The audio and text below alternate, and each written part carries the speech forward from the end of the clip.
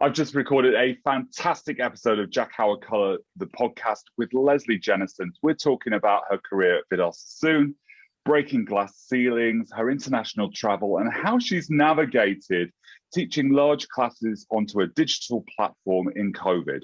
I can't wait for you to hear it.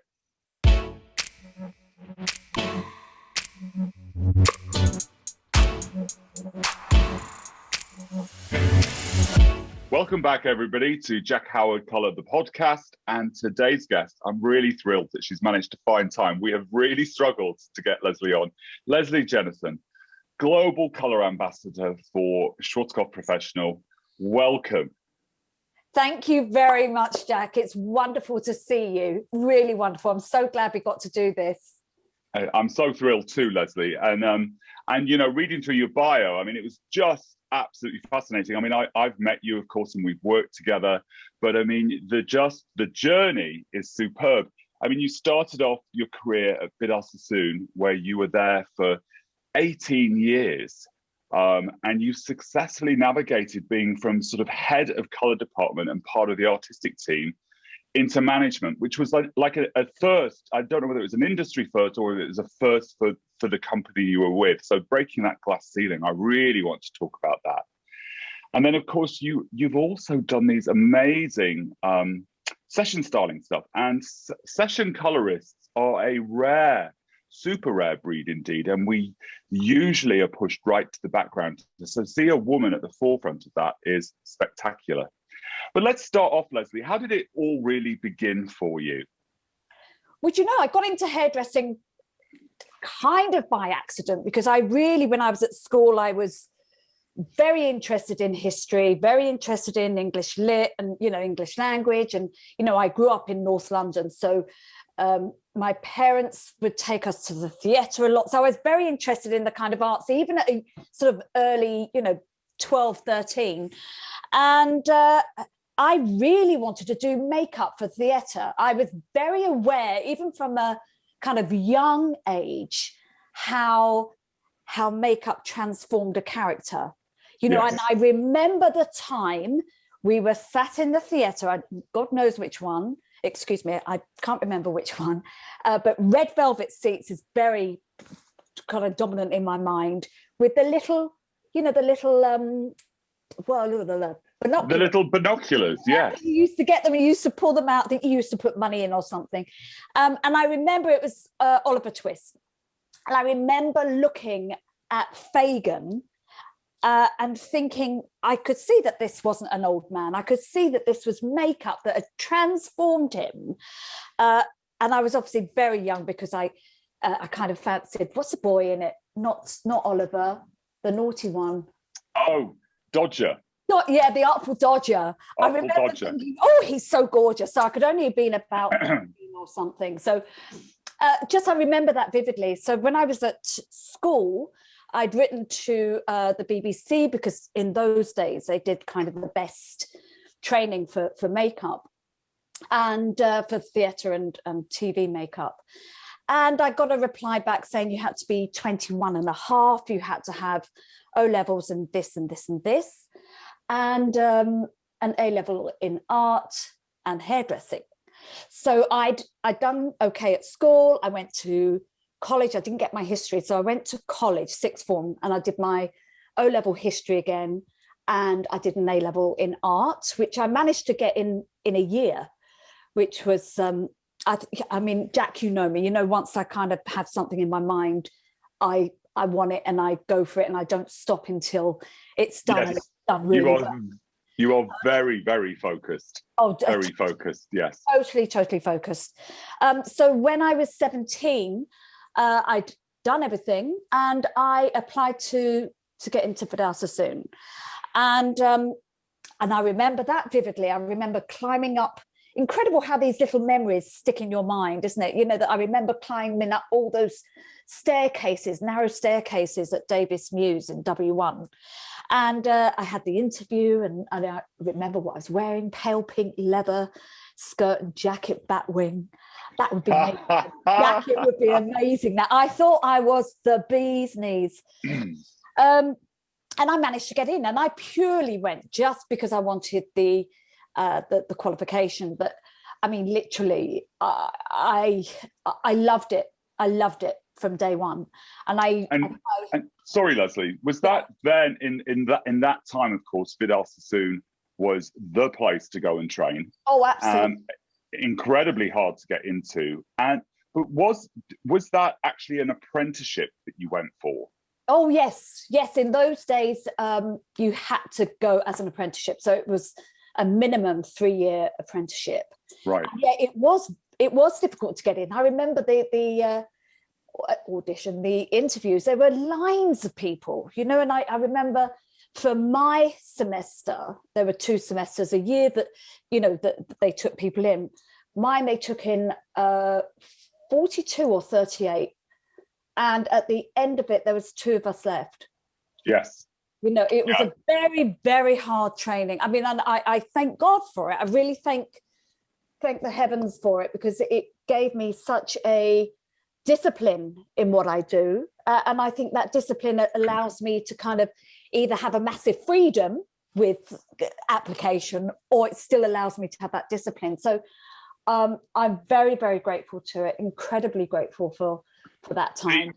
The word discipline came to my mind too, because of course, when we did 3-year apprenticeships, they were very disciplined, and that you had to jump through hoops as you went along. And of course, not everybody can do that, and not everybody succeeds. But somewhere like Sassoon's, of course, at that period, I mean, that must have been a lot of hard work. Yeah, it was.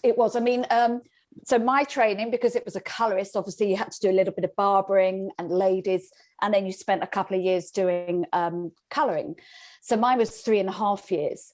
And I remember it was 4 model nights a week. So obviously you can't do that now because of the amount of hours you're allowed to work nowadays. But 4 model nights a week, I was finishing at 9 p.m. And then because I lived in northwest London, not North London, northwest London, and I trained, a lot of my training was in Sloane Square. And to be honest, I wasn't aware that it was, long hours and all of that, because I was so into it and I so loved it, apart from one tiny winter.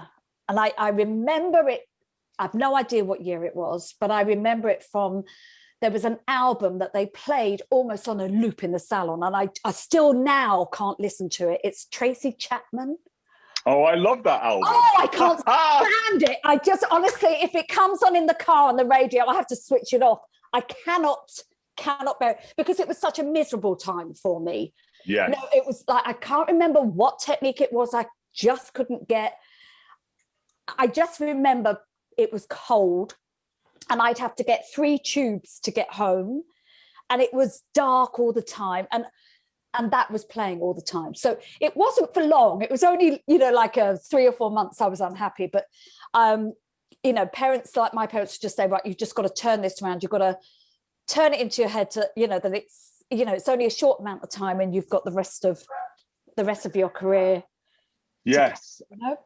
That's an interesting one, isn't it? Because the thing about those days, and I hate to say in our era, but of course it was different anyway. But model nights you weren't paid for them, but you were expected to do them, and they went on for a long time, and so you basically lived in the salon, didn't you? Oh, absolutely. I mean, there was no choice. You absolutely had to have models, and I mean, in a way that kind of taught you to approach people. I was incredibly shy as a young girl. I was very, very painfully shy, but it taught you to be able to approach people, so it gave you another skill set. It gave you that skill set to then be able to speak to clients in the salon. Well, you had to hustle for clients on the street. You had to go and ask people. Top shop. Do you want some highlights? Do you want highlights? Can I colour your hair? And they'd be like, well, who the hell are you? And you'd be like, oh, I'm an apprentice at, wherever you were. And I found that quite nauseous making. I mean, it used to make me feel sick. Absolutely. That was the most challenging bit, was getting the models. I think even now, when you do shows and shoots and stuff, getting the models is always the hardest thing in a different way now, because obviously production get them. But I mean, it's still getting the right model for what you're doing was always tricky. Now the assistants, of course, have Facebook groups where they can kind of get them and stuff. But I mean, we never had anything like that. I mean, it was still 2p in the phone box, I think. Well, it was for me, Lesley. I'm not saying it was for you, but it was for me. So, so you finished that. I mean, you struggled through it, parts of it. You loved it, obviously. The passion for hair color, which is your tagline, is still there. Why did you choose color over styling? Yeah, do you know what? I think I know the reason I went into color, because after 3 months, you know, it's as soon as every 3 months you would be moved to a different stylist. You would assist a different stylist. And, you know, those days, each stylist would probably have at least one assistant each, sometimes 2 assistants. I mean, that's unheard of now with minimum wage and stuff, but which is a good thing. Minimum wage is a good thing. But, you know, I found myself in my first 3 months, I cannot remember who it was I assisted, but I went then to a guy called Christian Gardner, who was a colorist, and it was very unusual again to be put into color that early. I don't know why they put me in there, but it just opened a world to me. Christian Gardner, sadly not with us anymore, but he was this crazy colorist, mad curly hair, kept Afghan hounds. I mean, his hair was a little bit like a kind of, not straight like an Afghan, but he was just amazing. He did these insane color techniques. I remember, you know, the inside of a vinyl record, you've got like a dip in the middle. He did this color technique and a perm technique, because of course those days of perms, where he clicked that out and wrapped the hair and then colored around it. And then we did, you know, we used to do massive shows in those days, you know, up until pandemic, and he would throw them out into the audience. And, you know, this is the days when it was all a little bit more kind of subdued, and his character, his charisma, the way he was with clients, the way his clients loved him, and the kind of flamboyancy of it all, I just fell in love with. And I think I kind of realized, in a probably selfish way, to be honest, that you could shine in those days, you could shine more as a colorist because there were very few colorists. Yes. And, you know, the training was longer, but I felt like the rewards were higher. Early on, it spoke to you. Yeah. So onto the floor you went, obviously, after this, you know, fantastic experience, and then into salon manager and onto the art team as well. I mean, that's a heavy workload in itself. Yeah. Well, in fact, I was in the art team first. So I'd been a tinter permer in those days, we called them. Tinter permer. Oh my goodness. Yes. And I mean, I don't remember this, but there used to be tinters and there used to be permers, and then obviously the perming died down, so it was tinter permer, and now it's just kind of colorist. But anyway, so I digress. So so I was part of the art team, the UK art team, for quite a while. But again, you know what I'm like. Once I've kind of done what I can possibly do, I want to do more. So and I was wrong. I'm so sorry. You were head of colour and of the art team. Yes. Head of colour at Covent Garden. I think it was Covent Garden. So I was head of department there. So head of colour there, and part of the art team, like the UK art team. And then I went into management, which again gave me another skill set, because you have to learn all those very unsexy things, you know, like P&Ls and, you know, understanding how a business worked. But I was very, very proud that not only was I the first woman in the company in the history of Sassoons, but also the first, you know, the first colorist to be a manager, you know, so to cross the line of creative and management. Breaking that glass ceiling then. Yeah. Yeah. I think, I was very lucky. I was really surrounded by very, very strong women, very, very strong role models.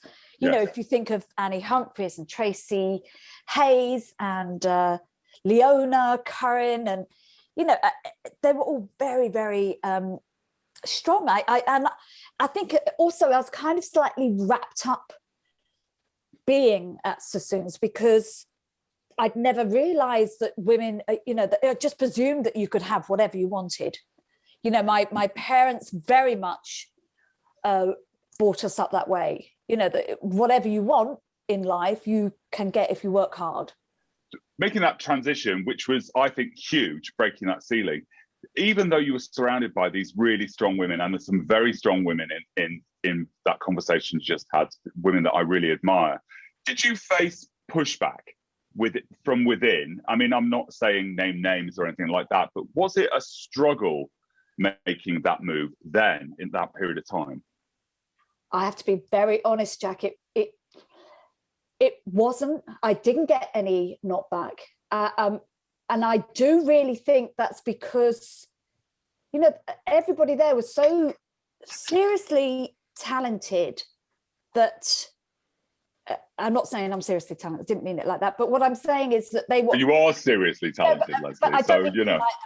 I meant that everybody was, everybody was comfortable in their own situation, in their own skin, in their own talent, in their own positions, that I truly didn't get a knockback. I think, and I really, really appreciate the fact that I was very lucky to be in that kind of position, that situation where it was truly on talent and, not who you knew or what you were or anything like that. I was very lucky. That's amazing. That's an amazing piece of the story for you. So I wanted to sort of leap a little bit forward. I mean, I actually think we could do a whole podcast on just that history. It's so fascinating to me. But when you left and you went into session color, now we always hear about session stylists, right? I mean, they're always at the forefront with their crew, and it's usually colorists that are sort of shoved into the back doing the color. But you went into session color and were very successful at it. Yes. Thank you. I mean, it took a long time. It wasn't an instant thing. It took a couple of years to really kind of get my foot in the door. I started off by kind of assisting anybody, obviously not colorists, because there really wasn't that many people around apart from colorists doing films. Yes. And I didn't want to do that. But I would assist stylists just to get a kind of feeling of what this world was, and more how it worked.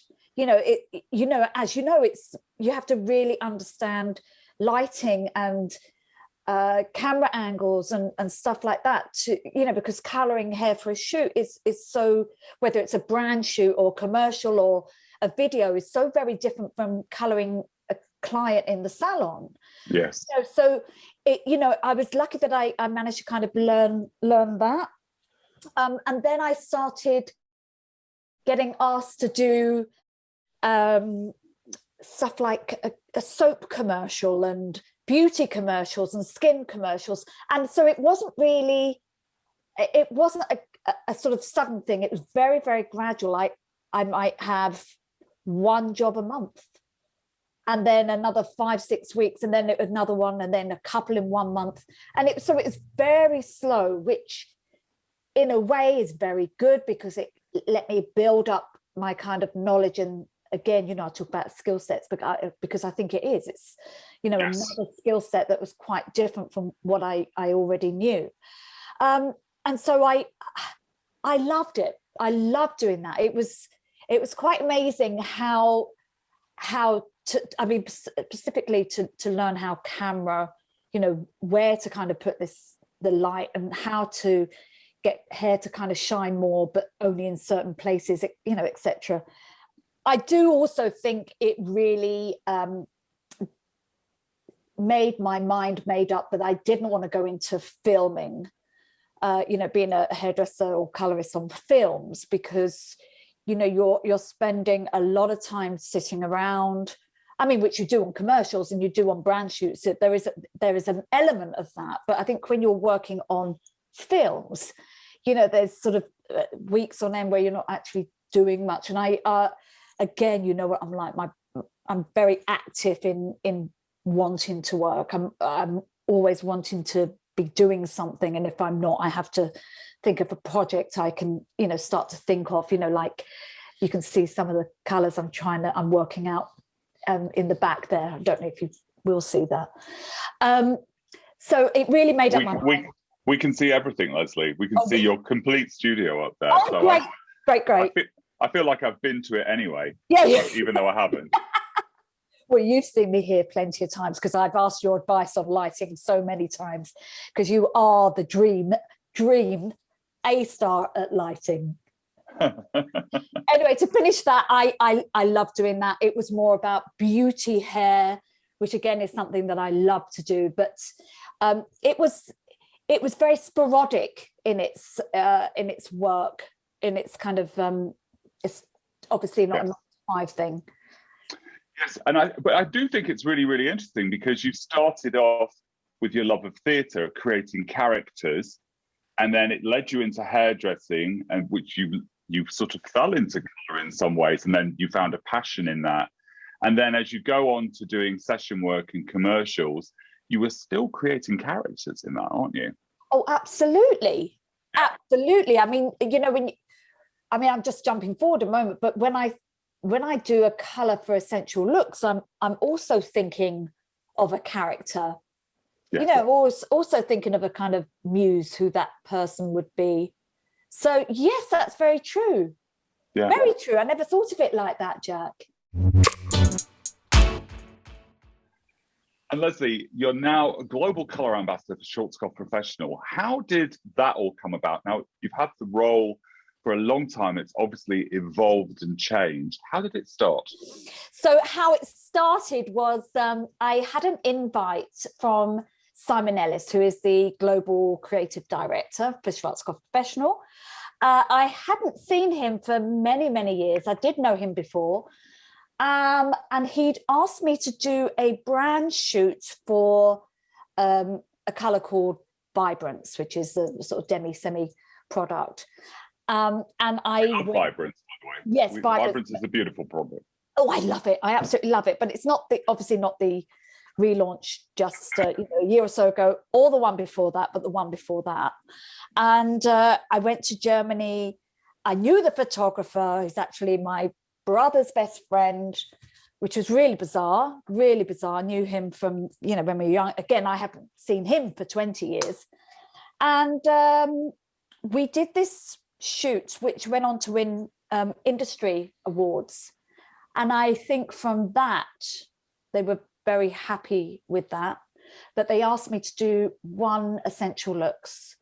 And that was shot in London. And again, it was Simon Emmett shooting,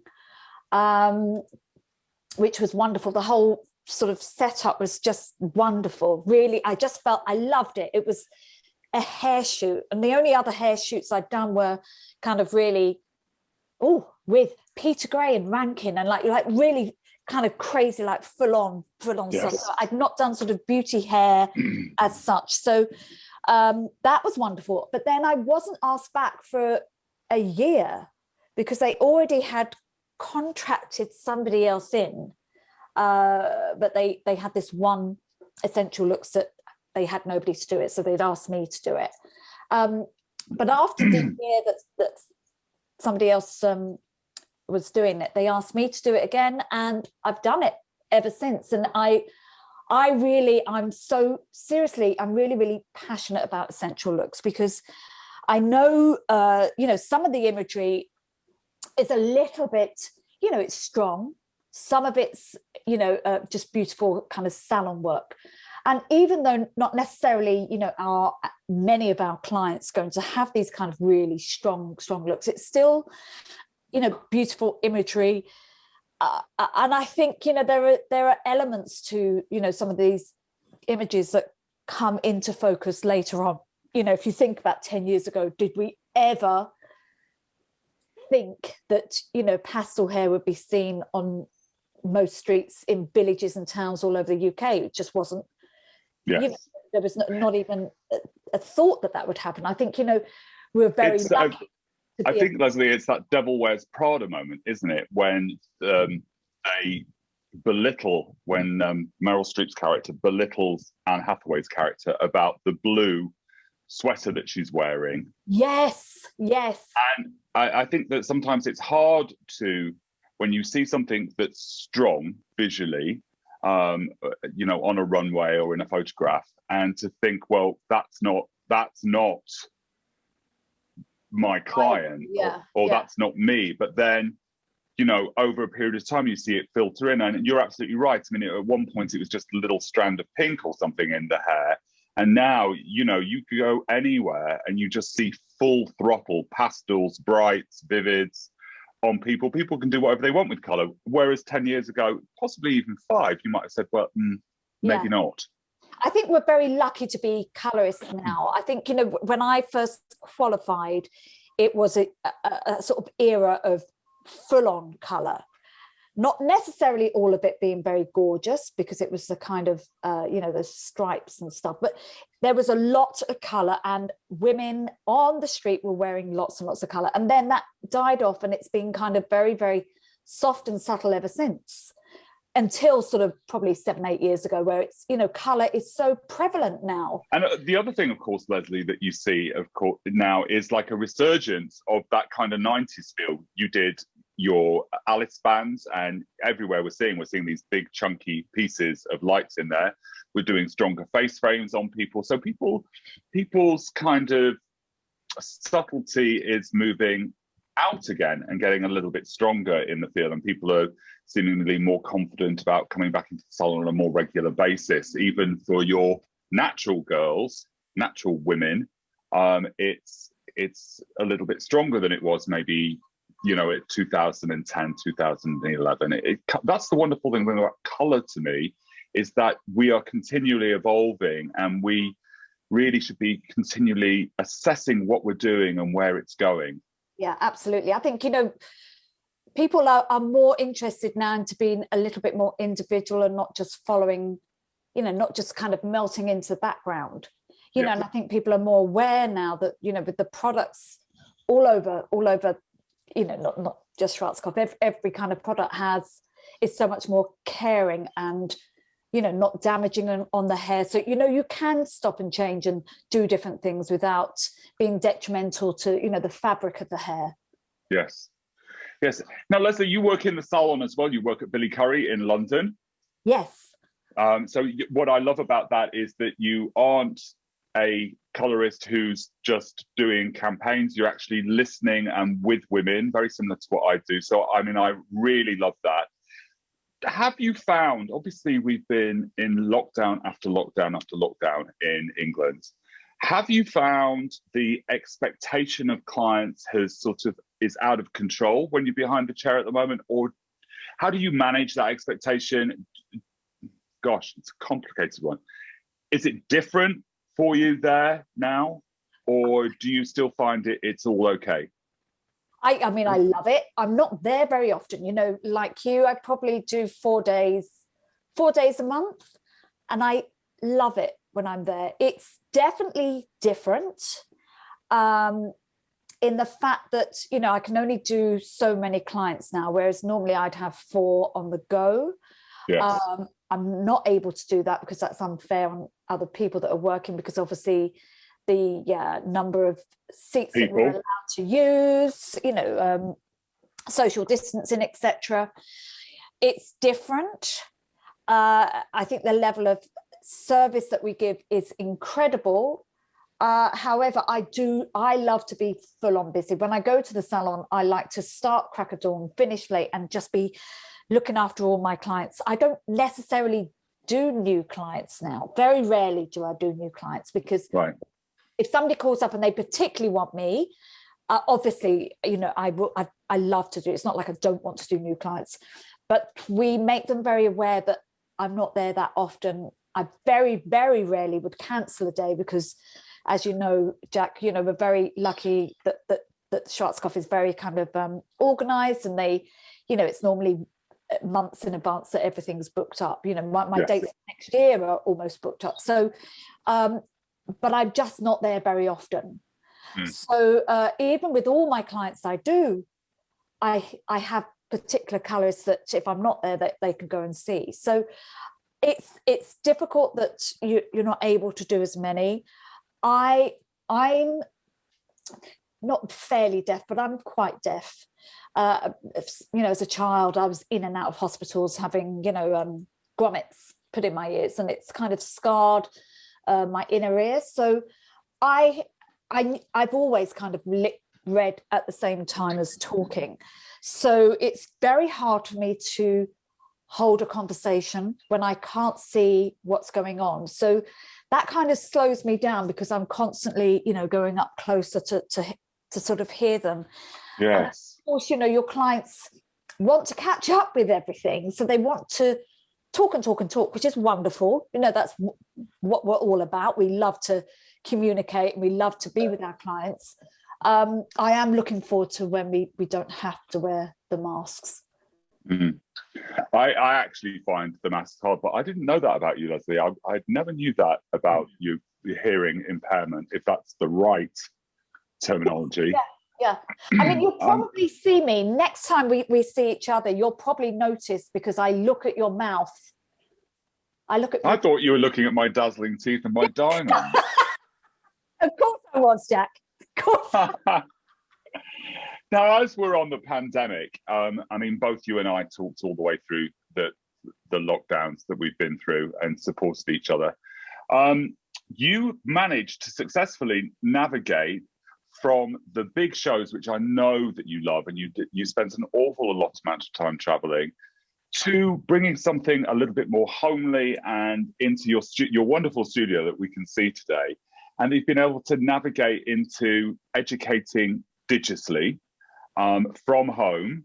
And I know that that's hard, what with lighting, trying to figure out camera angles, you know, doing it all yourself, because we have been so used to having a whole team, right? I mean, all these shoots have loads and loads of people supporting us. All we do is turn up, do the work, and then we go home. How was that for you? Because you talk about disciplines throughout this conversation. You've talked about disciplines, and you talk about growth spurts and all these things. Obviously, it's been a great growth spurt for you digitally. What was the experience like?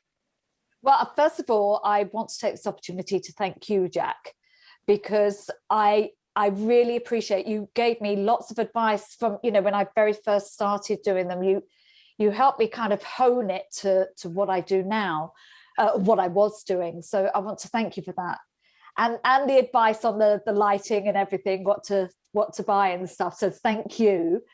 Well, listen, you know, people helped me too. And if anything in life, we hairdressers support other hairdressers. And, you know, I think it's our duty as hairdressers to be able to assist up, you know, up and coming hairdressers or people just coming into the industry. I think it's, you know, it's only right that we give back. But absolutely. I found the first few, gosh, more than the first few, terrifying, because it was so different to any kind of medium that I've ever done. You know, I mean, camera work, like you say, we have a team of people with the questions written big. They give us 10 minutes, 5 minutes, you know, you literally have to just go in front of the camera and talk what you know about. So I found that terrifying, not being able to see somebody's eyes and read what they're loving, and going down, you know, when you're on stage, you can look out and you can see somebody nodding, so you can kind of go down and carry on with that track that you're on. Or it's the connection, isn't it? Yeah, you need that kind of, I mean, hairdressers, again, we love that connection. But once I honed it down to doing just, you know, one subject, and I loved them. I loved doing the half-hour sort of Wednesday lives. I mean, at the moment, I'm not in a position don't have the time to be doing those. So I'm doing like a weekly bite-size, just like a few minutes on a particular subject, which I must post today on that note. Remember to Yes, do that. posting. So you've started up working, more work going on. I know things have started moving for me. Yes. But I'm going to keep my digital stuff going. I mean, I really enjoy it and enjoy the audience. So you're doing your bite-sized pieces. You have tremendous engagement on your lives. You have this family joining in the chat with you. You see, I would love. Now, actually, while I'm here, I should ask you. I love doing it, but I know what works best is that you have it weekly, or you have it a particular time each week. Now that is what I cannot commit to. I mean, you know, like this week I have no time because I'm working, and then I go to Milan on Saturday, but then I get back Tuesday, and then of course I have to isolate for 5 days for test to release, so I would have time. But then is that not a little flaky if you're only doing one here and one there? I don't know.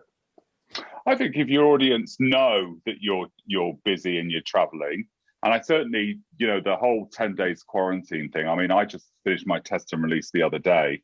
Thank goodness for that. But I found that people enjoy them anyway, and that if you still do them, I think people love them, and they love seeing you. So I mean, I certainly love seeing you in action.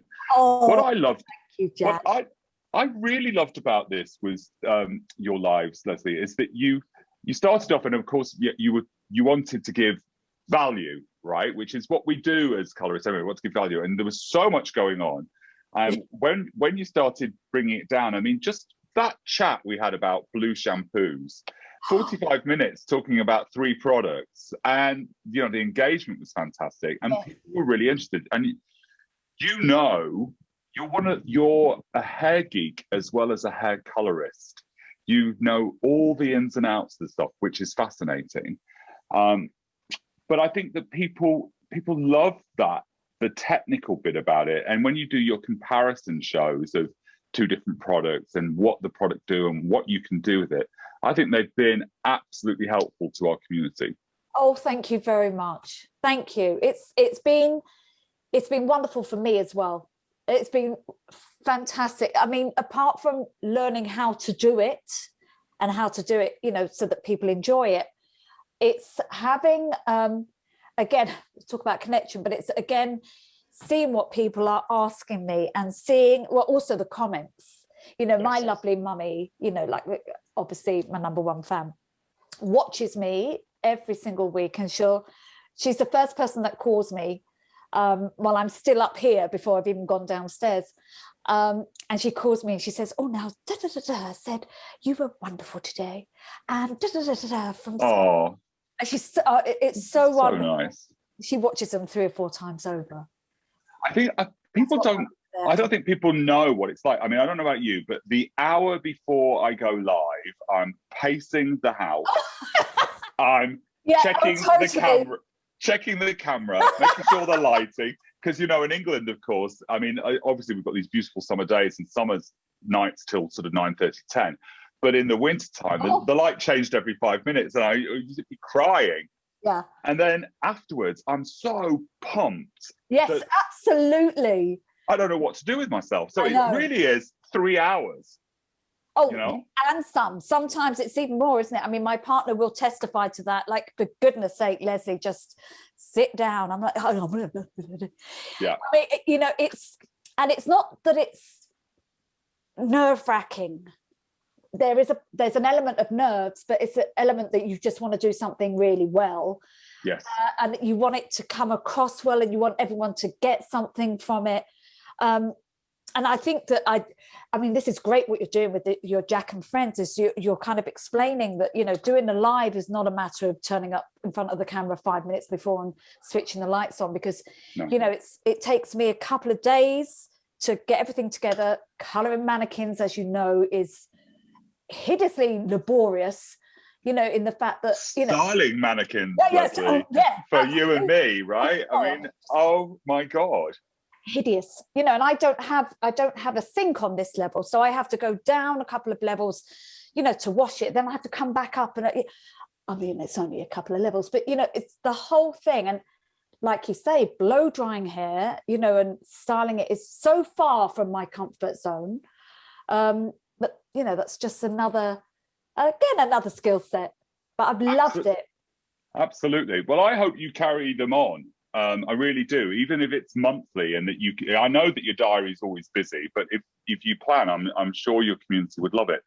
I want to ask you, Lesley, first of all, it's just been amazing to have you on. And there are things, I mean, we've spent many a night after a show or a shoot having a drink and a chat and everything.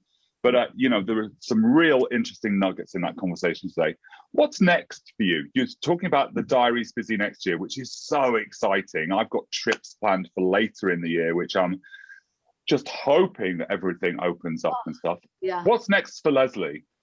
Well, I've started off a series of sort of webinars, which is obviously different from lives because you're doing it. I do it through this computer, and it's all about doing techniques, whereas I don't do techniques on the lives. Yes. So it's about giving more information. So I'm reaching more of an audience that way. For me, it's I have the seminars that are the live seminars, which I'm really looking forward to. So that even though I've done a couple of shoots recently, this Saturday when I go to Milan, it's the first seminar I'm doing. So I'm really excited about that. And then I've got a number of seminars booked all the way through to late autumn. And then next year, there's a couple of big shows going on. So yes. Just really, really excited. Absolutely. So I'm going to be in Milan later in the year, and then I'm heading back over to London and then Germany, all from the USA. So there's some great travel going on and some great things. My hope is the same as yours, is that people still are sensible, and, you know, whether I'm going to happily say, get vaccinated. That's my belief. And, you know, and let's get ourselves open and get back out there. Absolutely. Absolutely. Lesley, what a joy to hear more of your story and to see you on here. And I just want to thank you so much for joining today. Jack, it's been a pleasure, an absolute pleasure, and to see your face. That's I know we had a couple of dates to do this, and we were both we had to sort of change it about and stuff, but this is bloody wonderful that we've got this done. So thank you very much for inviting me on. It's a great story. I'm so glad you could share it, and let's see more of you all over the place very, very soon. Thank you very much, Jack. Lots of love to you. Lots of love. Thank you, Lesley. Bye-bye, darling.